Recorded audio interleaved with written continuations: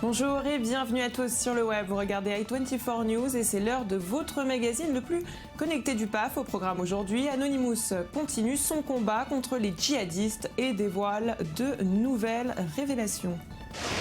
À la demande de la police, la Belgique se mobilise pour brouiller les pistes sur Internet. Nous ferons le point sur la campagne Stop Djihadisme lancée par le gouvernement français. Nous parlerons des internautes qui s'attaquent avec humour à Jawad, l'hébergeur des terroristes. Et nous terminerons avec un hommage aux victimes rendues par les stars de YouTube.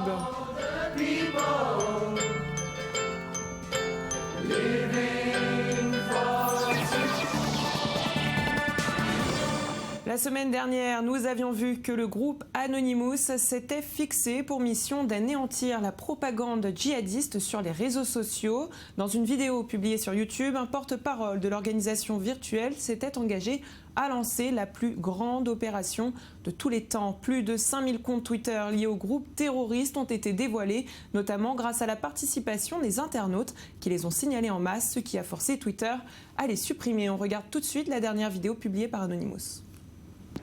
Laissez-moi vous dire que nous ne sommes pas seulement une personne qui pourrait mourir, nous sommes une idée et les idées sont immortelles. Nous sommes la justice et la justice ne peut être interrompue. Nous sommes ceux qui ne sont régis pour aucune loi et nous sommes ceux qui ont averti vos parents. Nous sommes les voix du silence et les yeux de l'aveugle. Ceci est un appel aux armes. Ceci est un appel aux combattants de la liberté. Pour les menteurs, pour les oubliés. Ceci est un appel pour les intellectuels, un appel pour les journalistes. Ceci est un appel pour les libres penseurs.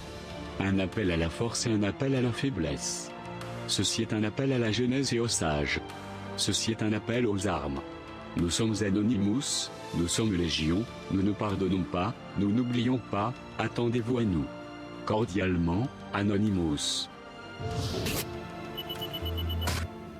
Alors Anonymous qui a dévoilé 5000 comptes liés au djihad et surtout un portefeuille électronique de l'État islamique découvert. Ce portefeuille cache 3 millions de dollars en bitcoins. Cette monnaie cryptographique a pour avantage de ne pas pouvoir être censurée à la demande d'un tiers.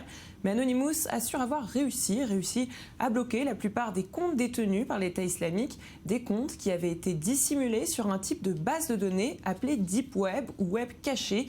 Il s'agit en fait d'une partie de la toile accessible en ligne, mais non indexée par les moteurs de recherche.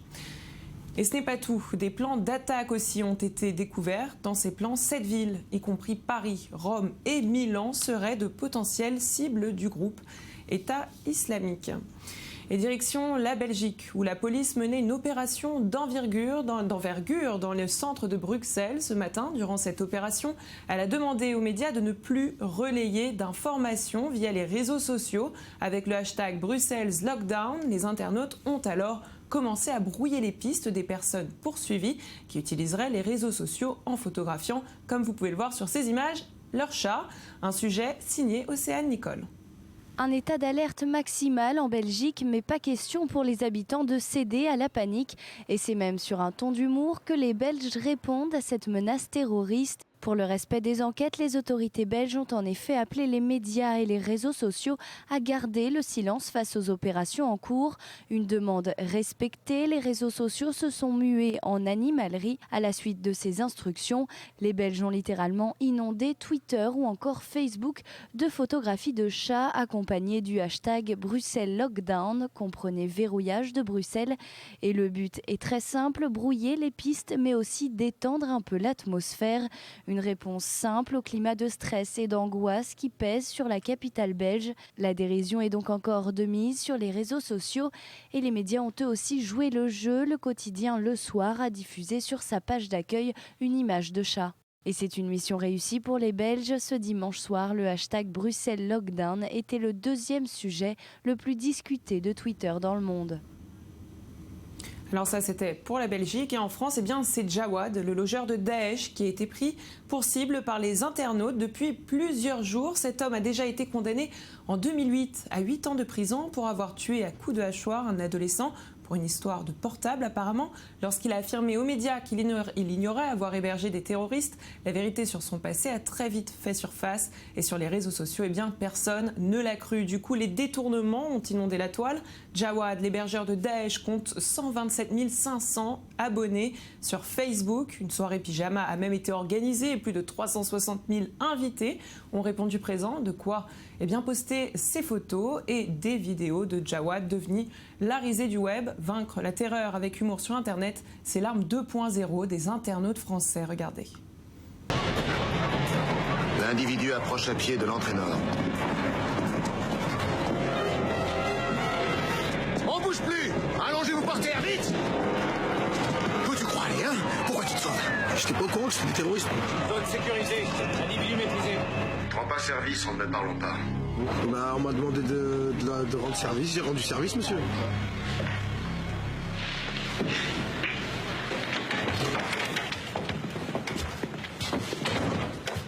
J'arrive à rien. On le laisse mijoter, il va craquer. On n'a pas le temps. On n'arrivera pas à gagner sa confiance. Leurs agissements étaient prévisibles tant qu'ils unissaient leurs deux personnalités. À nous, il dira rien. Mais il parlera peut-être à quelqu'un de familier. Esprit criminel, saison inédite, mercredi à 20h55 sur TF1. Et des détournements comme ça, il y en a beaucoup d'autres sur Internet. Et sur Internet aussi, le groupe État islamique a désormais son site. Son site se trouve exactement sur le dark web. Il s'agit d'un site miroir de propagande créé comme un service caché sur Tor. Tor, c'est cette plateforme sur laquelle le contenu est difficile à retirer et l'identité des administrateurs est complètement protégée. Les vidéos de propagande y sont publiées. Elles ne permettent pas de démasquer ceux qui se cachent derrière ce site. La lutte des services de l'ordre contre les cyber-djihadistes est donc devenue très très complexe. D'ailleurs, Xavier Bertrand a dénoncé l'embrigadement des djihadistes sur Internet et s'est attaqué tout particulièrement à ce qu'il appelle l'imam Google. Pour lui, Google et les géants du web doivent se sentir mobilisés plus que jamais aujourd'hui. Mais il existe un sérieux problème. En effet, ces géants sont implantés en France, mais basés à l'étranger, ce qui rend leur contrôle quasi impossible dans l'Hexagone. Les services de renseignement traquent et repèrent les cyber-djihadistes chaque jour, et ce depuis plusieurs années, mais sans réelle implication de ces géants de l'Internet. L'efficacité des services de renseignement est mise en doute. Et le débat sur la sécurité en ligne continue, mais le projet de loi sur l'état d'urgence vient d'être adopté par l'Assemblée nationale. Il contient une mesure qui permet le blocage de tout site Internet terroriste ou en faisant l'apologie. Cet amendement permet au ministre de l'Intérieur de demander le blocage de ces sites, et ce, sans délai, à tous les fournisseurs d'accès. Les réseaux sociaux aussi sont concernés, même s'il est peu probable que le gouvernement bloque une plateforme comme Twitter ou Facebook. La loi sur l'état d'urgence, si elle est adoptée par le Sénat en l'état, permettra au ministre de l'Intérieur de bloquer les sites sans aucune formalité. Allez, on poursuit avec notre dossier du jour. On va faire le point sur la campagne Stop Djihadisme lancée par le gouvernement français. Les Français qui ont aujourd'hui rejoint les groupes terroristes sont majoritairement des jeunes, parfois des mineurs. Ils sont amenés à participer à des opérations criminelles et peuvent aussi être séquestrés, souvent maltraités. De plus en plus de jeunes filles ou de jeunes femmes sont victimes de violences sur place. Certains veulent rentrer en France et en sont empêchés. D'autres en viennent à participer aux actions terroristes, comme on a pu le voir avec toutes les conséquences que cette barbarie implique. Pour lutter contre le terrorisme en ligne, le gouvernement français a lancé Stop Djihadisme, des campagnes en ligne destinées à sensibiliser surtout les jeunes.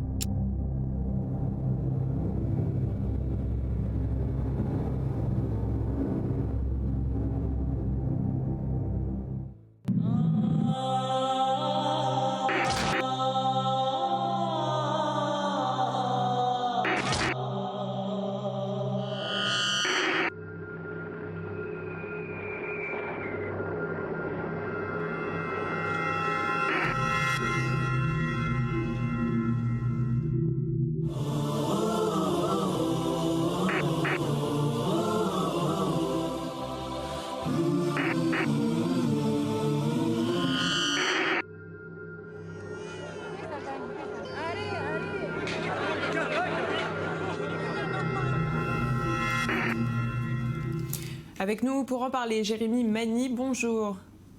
Bonjour. Jérémy, vous êtes le fondateur de Netino, une société de e-modération. Alors vous allez pouvoir nous expliquer comment lutter contre le djihadisme sur Internet aujourd'hui. C'est une vaste question. Je ne suis pas sûr d'avoir la réponse à vous donner. En tout cas, ce que je peux faire, c'est commenter ce que le gouvernement essaye de mettre en place depuis quelques semaines, à savoir cette campagne Stop Djihadisme, qui est un peu décriée parce qu'elle peut paraître un peu bisounours d'un côté. D'ailleurs, les anglo-saxons se moquent un petit peu de nous, aux États-Unis notamment.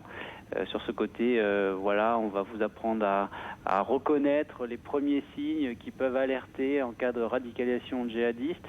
Mais d'un autre côté, il faut bien admettre que c'est de la communication, mais c'est de la communication qui est peut-être utile. Il faut pouvoir rassurer l'opinion publique et montrer qu'on agit. Donc, je crois surtout que c'est une forme d'impuissance parce qu'on ne prévient pas le djihadisme comme on essaierait de prévenir les accidents de la route.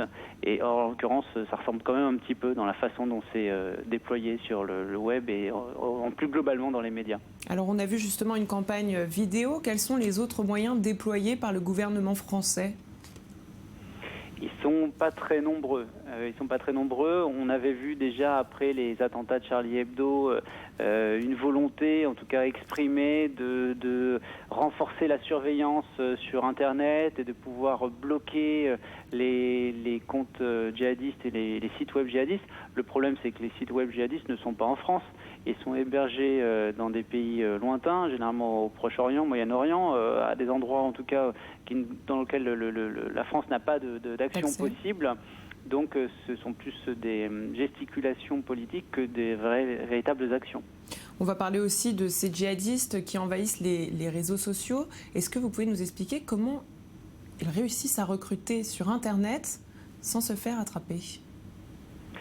Tout simplement parce qu'ils n'exploitent pas tant que ça les réseaux sociaux en fait. C'est-à-dire que les réseaux sociaux servent à identifier les personnes qui auraient des premières expressions, des premiers échanges, on va dire, qui auraient un potentiel et on va s'approcher d'eux. Alors on va s'approcher d'eux, c'est-à-dire des recruteurs, entre guillemets, vont commencer à essayer de sonder un petit peu mieux leur motivation et puis dès qu'ils ont un potentiel candidat, ils sortent des réseaux sociaux et ils rentrent soit dans la vraie vie, soit au téléphone, soit par des forums cryptés, on va dire, dans lesquels tout le monde n'a pas accès et on sort rapidement des réseaux sociaux parce qu'on sait que les réseaux sociaux sont facilement surveillables.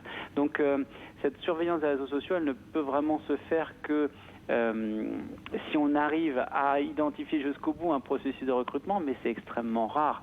Il y a un ou deux journalistes qui avaient tenté de se faire identifier, comme ça en se faisant passer pour des candidats au djihad. Ça avait fait un joli reportage, mais depuis les choses ont changé et les recruteurs, si on peut les appeler comme ça, sont beaucoup plus malins et savent très bien sortir des réseaux sociaux dès qu'ils ont une piste à exploiter. Effectivement, c'est vrai que dans un premier temps, on faisait appel à Skype et aujourd'hui, ils utilisent même les applications téléphoniques pour pouvoir brouiller les pistes.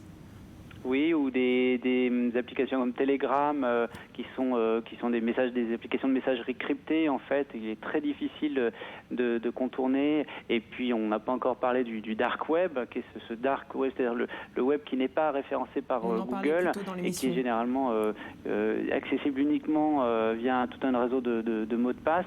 Et c'est souvent là que se fait l'endoctrinement ou les échanges entre les candidats au djihad et les recruteurs. Alors, comment la France pourrait faire face aujourd'hui à ce problème, selon vous? Quelles seraient les solutions pour pouvoir éviter justement que ces jeunes rejoignent le djihad? Je ne vais pas vous mentir, mais je ne me pense pas légitime pour répondre à ça et je pense que pas grand monde en France l'est. Aujourd'hui, il n'y a pas vraiment beaucoup d'actions. Alors, on peut essayer de parler de contre-discours sur les réseaux sociaux pour essayer de faire en sorte qu'un minimum de gens soient tentés au tout début, c'est-à-dire dans les premiers jours de radicalisation. On sait aussi que ça se passe beaucoup en prison, donc dans l'idéal, il faudrait pouvoir séparer les prisonniers à tendance islamiste des autres, parce que l'endoctrinement se fait quand même beaucoup ici. On a beaucoup d'histoires notamment de gens qui sont fait emprisonner suite à des propos trop agressifs ou trop racistes ou trop tendance islamiste sur les réseaux sociaux et qui en sont sortis encore pire, complètement endoctrinés et prêts à rejoindre la Syrie. Donc il y a sûrement une piste à creuser à ce niveau-là. mais il ne faut pas mentir à l'opinion publique. Il y a très peu d'actions à faire. En tout cas, les réponses ne sont pas simples. Ne sont pas uniquement sur Internet. Merci Jérémy, non, merci pour toutes ces informations. Merci beaucoup. Merci. Et merci à vous de nous avoir suivis. C'est la fin de cette émission. On va se quitter avec un hommage aux victimes, un hommage de la part des stars de YouTube en attendant de se retrouver demain sur le titre Imagine. It's easy if you try. No hell.